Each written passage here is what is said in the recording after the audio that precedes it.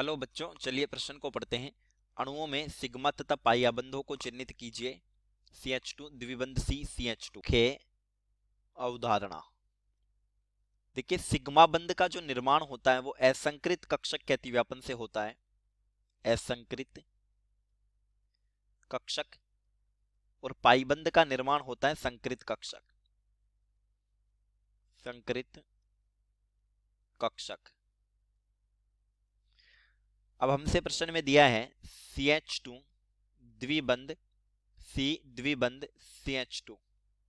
एक बात हम जानते हैं, जब भी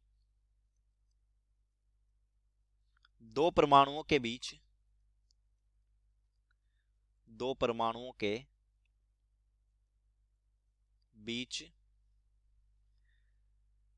एकल बंध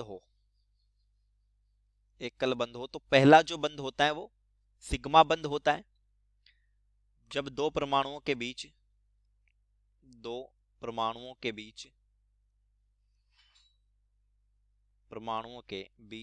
द्विबंध हो तो एक बंध सिग्मा होता है और एक बंध पाई होता है।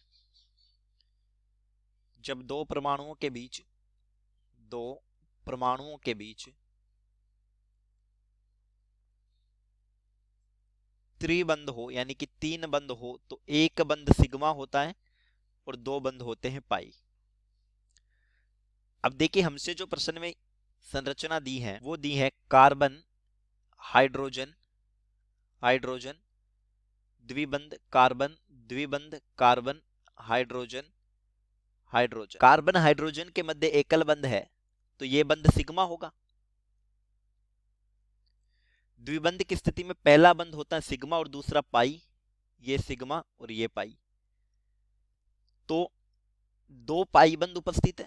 दो पाई बंध वो है कार्बन कार्बन के मध्य।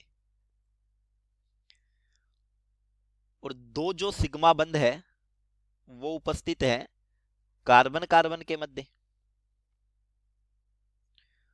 और चार सिग्मा बंध है वो उपस्थित है कार्बन हाइड्रोजन के मध्य। देखिए, ये बंध बने कैसे हैं। दरअसल जो कार्बन होता है, चार बाह्यतम कक्षक होते हैं, एक 2s, तीन होते हैं 2p।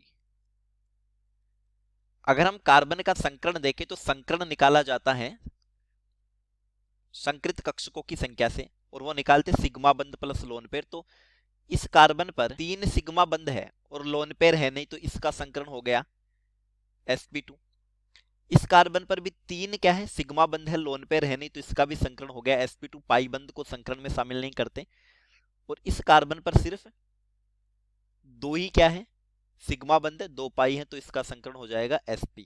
अब देखिए, sp2 संकरण का क्या मतलब है कि एक s और दो p कक्षक क्या है संकरण में शामिल है, तो इस संकरण को बोलेंगे sp2। तो जब sp2 संकरण है तब एक क्या रहेगा p असंकृत कक्षक रहेगा, एक p असंकृत। और ये असंकृत जो है वो पाईबंद बना लेगा।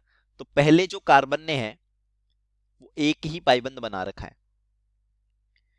ठीक इसी तरीके से दूसरे कार्बन का संकरण आया था हमारे पास sp, ये दूसरा कार्बन है। अगर हम देखें तो sp संकरण का मतलब हुआ कि एक s और एक p कक्षक क्या करेंगे संकरण में भाग लेंगे, तो ये हो गया sp।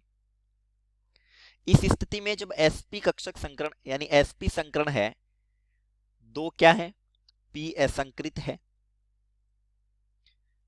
इसका मतलब दो पाईबंद बनेंगे। तो दूसरे कार्बन ने क्या किए दो पाईबंद का निर्माण किया। तीसरे में वही पहले जैसी धारणा है, तीन सिग्मा बंध यानी sp2 संकरण है तो एक p असंकृत होगा और उसने एक ही पाईबंद बनाया। तो चलिए, उम्मीद करता हूं प्रश्न समझ आया होगा। धन्यवाद।